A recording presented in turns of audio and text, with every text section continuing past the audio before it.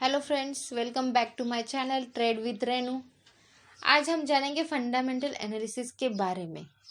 अपनी मेहनत की कमाई को इन्वेस्ट करने से पहले फंडामेंटल एनालिसिस के बारे में जान लो, ताकि आप सही इन्वेस्टमेंट करें और भविष्य में भारी रिटर्न का आनंद लें। Various types of analysis technique के बीच दो मेजर एनालिसिस टाइप है, जिनके सहायता से हम सक्सेसफुल इन्वेस्टमेंट और ट्रेडिंग कर सकते हैं। दैट इज फंडामेंटल एनालिसिस और टेक्निकल एनालिसिस। सामान्य तौर पर हमारा उद्देश्य दोनों एनालिसिस को जोड़ना और उसमें से बेस्ट रिजल्ट को प्राप्त करना है। तो आज हम जानेंगे फंडामेंटल एनालिसिस के बारे में। फंडामेंटल एनालिसिस में कंपनियों की बैलेंस शीट को चेक करते हैं, जिसमें से हमें कंपनी की प्रॉफिट एंड लॉस के बारे में पता चलता है, जो हमें कंपनी के फाइनेंशियल हेल्थ को आइडेंटिफाई करने में सक्षम बनाता है। ज़्यादातर लोग मानते हैं कि सिर्फ फंडामेंटल चेक करने से अगर हम शेयर्स में पैसे लगाते हैं तो उन्हें इमीडिएट रिजल्ट मिलेंगे, लेकिन हर बार ऐसा नहीं होता। कुछ ऐसे भी शेयर्स होते हैं जो फंडामेंटल रूप से मजबूत दिखते हैं, लेकिन लंबे समय तक नहीं रहते। सिर्फ अच्छे रिजल्ट के आधार पर कोई इमीडिएटली शेयर में पैसा नहीं लगा सकता। There are lots of factor that are must analyse before taking a decision.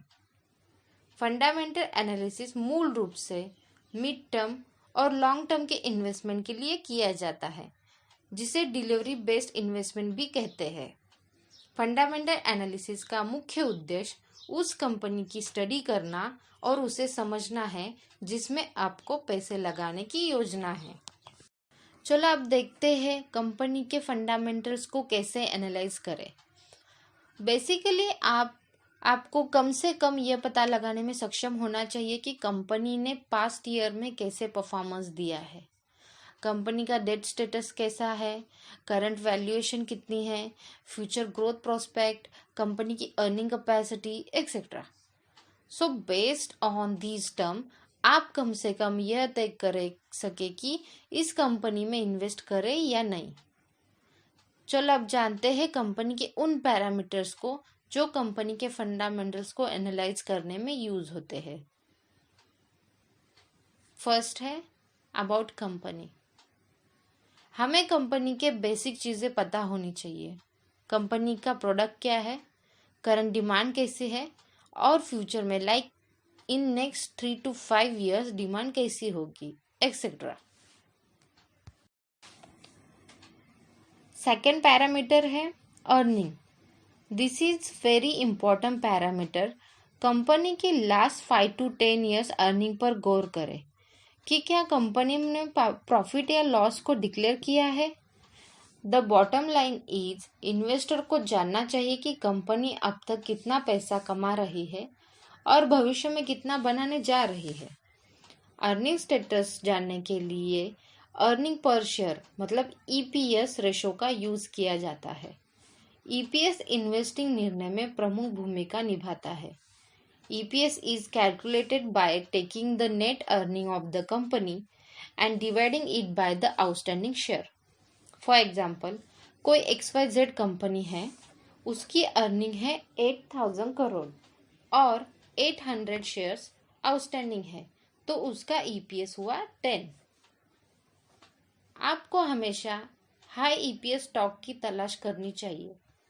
आप ईपीएस को एक कंपनी से दूसरी कंपनी तक कंपेयर भी कर सकते हैं, जो कि एक ही इंडस्ट्री और सेक्टर में है, ना कि एक ऑटो सेक्टर में है और दूसरा आईटी सेक्टर में। इससे पहले कि हम आगे बढ़े, आपको नोट करना चाहिए कि ईपीएस नंबर 3 प्रकार के होते हैं। फर्स्ट है ट्रेलिंग ईपीएस। ट्रेलिंग ईपीएस मतलब लास्ट ईयर्स ईपीएस, जिसे एक्चुअल माना जाता है और for ongoing current year. दूसरा है करंट ईपीएस। करंट ईपीएस मतलब which is still under projection and going to come on financial year end. तीसरा है फॉरवर्डेड ईपीएस। फॉरवर्डेड ईपीएस मतलब जो फिर से अंडर प्रोजेक्शन है और नेक्स्ट फाइनेंशियल ईयर के अंत में आने वाला है। सिर्फ ईपीएस अकेले आपको कंपनी की पूरी कहानी नहीं बताता है, इसलिए इस इंफॉर्मेशन के लिए हमें कुछ और रेशियोज पर ध्यान देने की आवश्यकता है। It's not advisable to make your investment decision based on only single ratio analysis. Quarterly या ईयरली कंपनी की बढ़ती हुई कमाई आमतौर पर अपने शेयर्स की कीमतों को बढ़ा देती है और कुछ मामलों में कुछ कंपनियां नियमित डिविडेंड का भुगतान करती है। This is bullish sign and indicate that the company is in growth. जब कंपनी डिक्लेयर्स लो अर्निंग तो बाजारों में शेयर्स की कीमतों में मंदी देखी जा सकती है और शेयर्स प्राइस स्टार्ट डिक्रीजिंग। अगर कंपनी लो अर्निंग के लिए कोई सफिशिएंट जस्टिफिकेशन नहीं करती। Every quarter, company reports its earning. There are 4 quarters.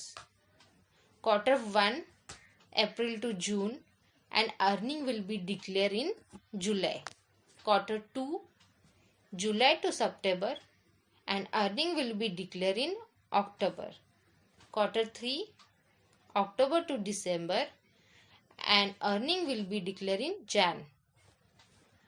Quarter 4, final, also called as financial year end, January to March, and earning will be declared in April month. अब तक आप समझ गए होंगे कि शेयर प्राइस को ऊपर या नीचे ले जाने के लिए कंपनी की अर्निंग कितनी इम्पोर्टेंट है, लेकिन सिर्फ अर्निंग के आधार पर इन्वेस्टमेंट या ट्रेडिंग डिसीजन नहीं लेना चाहिए।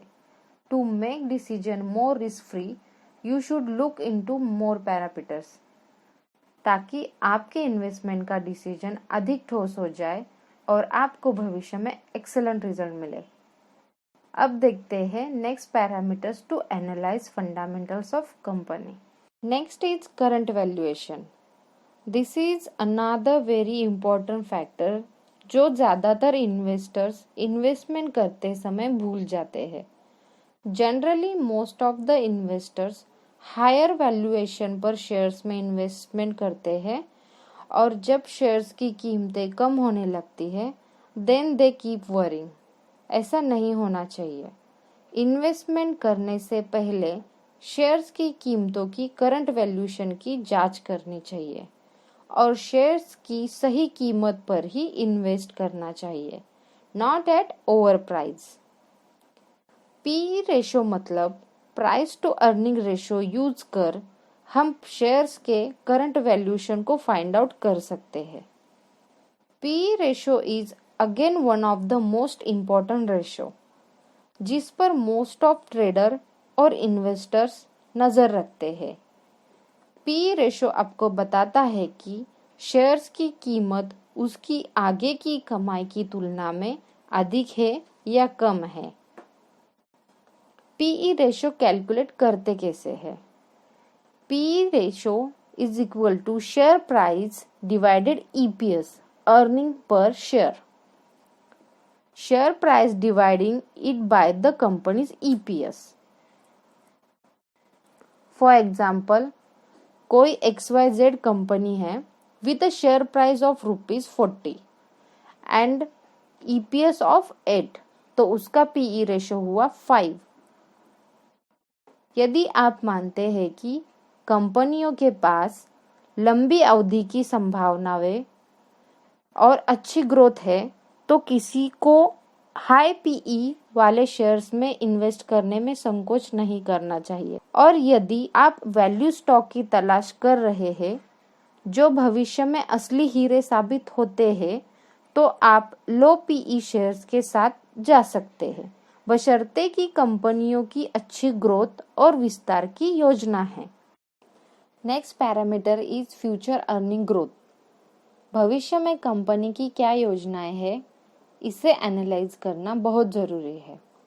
ज़्यादातर इन्वेस्टर्स कंपनी की फ्यूचर ग्रोथ की संभावनाओं को ध्यान में रखते हुए शेयर्स में इन्वेस्टमेंट करते हैं, क्योंकि मार्केट आमतौर पर वर्तमान की तुलना में भविष्य के बारे में अधिक चिंतित होता है। यह हमेशा कंपनियों की projected plans, financial ratios and other future announcement की तलाश में रहते हैं। कंपनी के फ्यूचर अर्निंग ग्रोथ को फाइंड आउट करने के लिए price to earning growth ratio, current EPS, forwarded EPS और प्राइस टू सेल्स रेशो का उपयोग किया जाता है। और लास्ट पैरामीटर है डेट स्टेटस। किसी भी कंपनी के लिए भविष्य में डेट फ्री या लेस डेट होना बहुत ज़रूरी है, क्योंकि अगर कंपनी के पास डेट लाइक बोरोइंग, लोन्स है तो किसी भी एक्सपेंशन प्लान को बनाना मुश्किल हो जाता है। So in other words, if the company is having fewer debt और no debt, then they are having lot of cash in hand and they are free to take any decision in coming future. Company की date status का पता लगाने के लिए date ratio का use किया जाता है। This is one of the very important ratio as this tells you how much company relies on debt to finance its assets. जितना अधिक हायर रेशो उतना अधिक कंपनी को आगे बढ़ाने के लिए रिस्क है। इसलिए जिस कंपनी का डेट रेशो कम है उस कंपनी के बारे में सोचें। Generally it is consider that debt ratio is less than 1 is good investment option, but even कुछ इन्वेस्टर मानते हैं कि हायर डेट रेशो से कंपनी के विकास की अच्छी संभावना है। सो फ्रेंड्स, आई होप आप अब तक समझ गए होंगे कि फंडामेंटल एनालिसिस क्या है, उसकी इम्पोर्टेंस और उसके पैरामीटर्स के बारे में। फ्रेंड्स, नेक्स्ट एजुकेशन वीडियो में हम फिर मिलेंगे एक ऐसे ही बेहतरीन टॉपिक के साथ। So don't miss it and thanks for watching. See you in the next